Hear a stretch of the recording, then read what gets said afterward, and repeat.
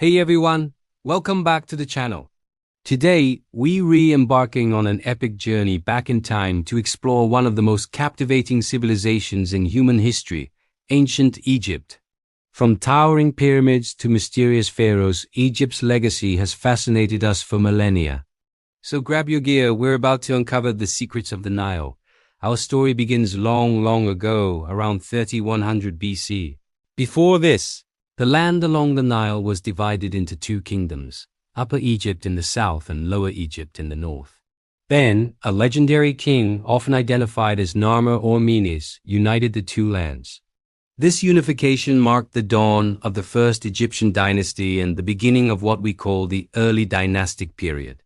A new capital was founded at Memphis, and from here, a succession of pharaohs would rule for centuries, laying the groundwork for a civilization that would build wonders. Following this early period, we enter the Old Kingdom, famously known as the Age of the Pyramids. This was a time of incredible stability, prosperity, and architectural genius. Pharaohs were seen as divine rulers, gods on earth. To honor their legacy and ensure their journey into the afterlife, they commissioned massive stone tombs. The first of these was the Step Pyramid of Djoser at Saqqara, designed by the brilliant architect Imhotep. This wasn't just a tomb.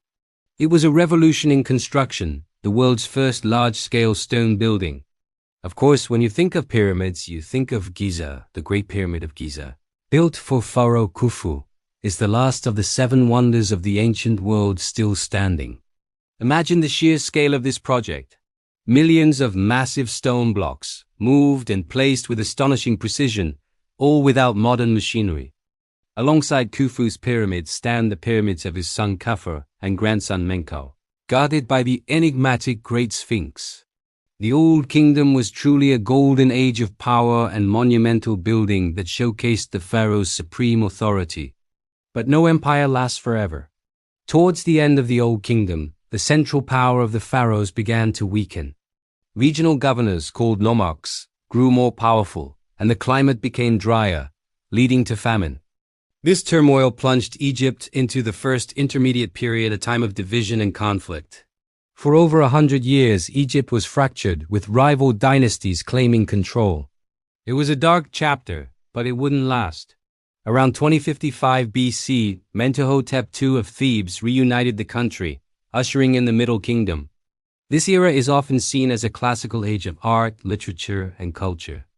The capital moved to Thebes, and the pharaohs of this period were more like shepherds of their people than distant gods. They focused on public works like massive irrigation projects to control the Nile's floods and boost agriculture. Trade flourished, and Egyptian influence spread far and wide, into Nubia to the south and the Near East. Classic Egyptian literature, like the story of Sinna, was written during this time, giving us incredible insights into their world. Yet history repeats itself. The Middle Kingdom's stability eventually gave way to the Second Intermediate Period. This time the weakness was exploited by foreign rulers from Western Asia known as the Hyksos. They introduced new military technology to Egypt, like the horse-drawn chariot and the composite bow. For about a century, they controlled Lower Egypt from their capital at Avaris in the Nile Delta, while native Egyptian rulers held on to Thebes in the south. The Egyptians, however, were resilient. The Theban kings eventually launched a war of liberation. After a long struggle, Pharaoh Ahmose I successfully drove the Hyksos out of Egypt and reunited the land once more. This victory marked the beginning of the most glorious chapter in Egyptian history, the New Kingdom. The New Kingdom was the age of empire. Pharaohs were no longer just rulers. They were warrior kings leading powerful armies.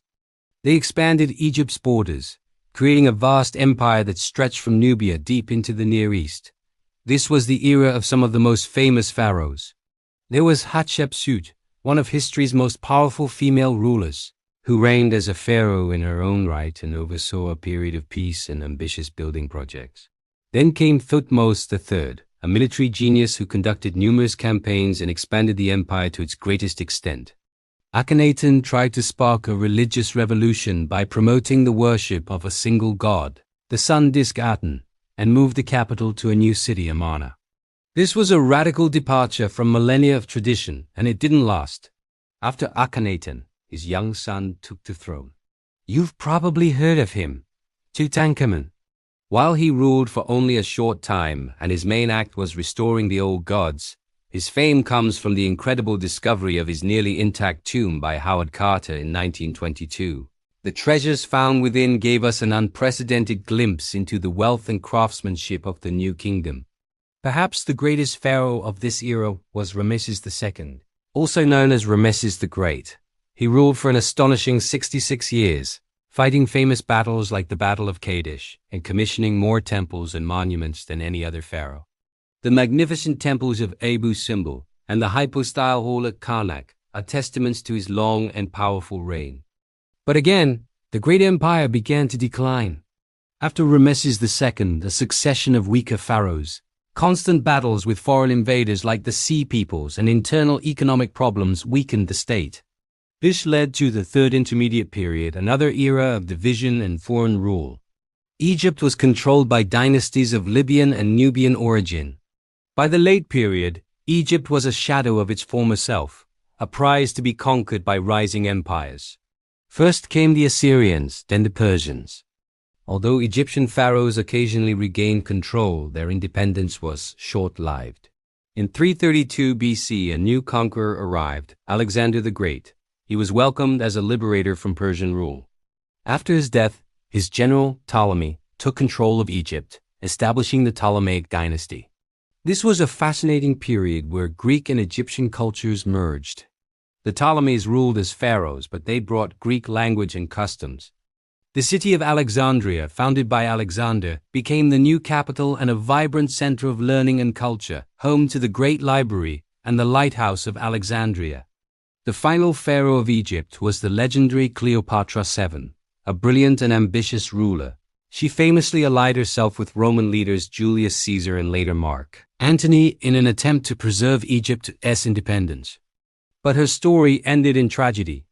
After her defeat by Octavian, who would become Emperor Augustus, Egypt was annexed as a province of the Roman Empire in 30 BC. This marked the end of pharaonic rule and the ancient Egyptian civilization as an independent power.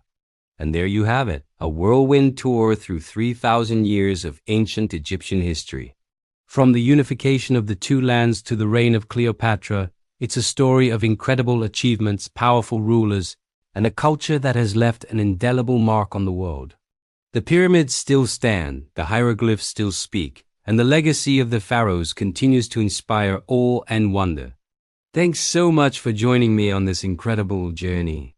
What part of Egyptian history fascinates you the most? Let me know in the comments below. Don't forget to like, subscribe, and hit that notification bell so you don't miss our next adventure. See you next time.